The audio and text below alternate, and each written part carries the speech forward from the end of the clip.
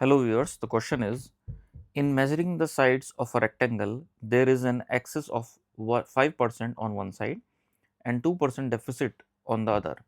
Then the error percent in the area is option A 3.3, option B 3, option C 2.9 and option D 2.7.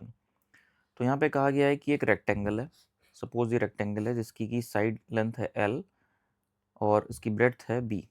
अब यहाँ कहा गया है कि सपोज इसकी लेंथ में 5% का इंक्रीमेंट हो गया, तो अब जो न्यू लेंथ हो जाएगी वो हो जाएगी 1.05 L और 2% डेफिसिट, डेफिसिट मतलब कमी आ गई on the other side. For example breadth जो है उसमें 2% की कमी आ गई, तो हम यहाँ कह सकते हैं कि जो न्यू ब्रेड्थ हो गई वो हो गई 0.98 B। तो पूछा गया है कि कितना परसेंट एरर होगा एरिया के अंदर। तो फॉर एग्जांपल एरिया जो ओरिजिनली होना चाहिए था वो होना चाहिए था L इंटू बी, लेकिन जो मेजरमेंट से जो एरिया निकल के आया वो निकल के आया 1.05 L मल्टीप्लाइड बाय 0.98 B।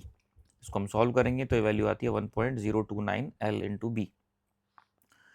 तो जो एरर आई, अगर हम एरर की बात करें, फॉर एग्जांपल एरर की हम बात करें तो एरर आई 1.029 LB माइनस 1.0 LB। तो यहाँ पे स्टार्टिंग में LB एरिया होना चाहिए था, मेजरमेंट प्रोसेस में जो एरर आई उसकी वजह से 1.029 मेजर किया गया। तो जो एरर हुई वो होगी the measured value minus the correct value upon the correct value into 100, क्योंकि हमसे परसेंटेज में पूछी गई है एरर ये।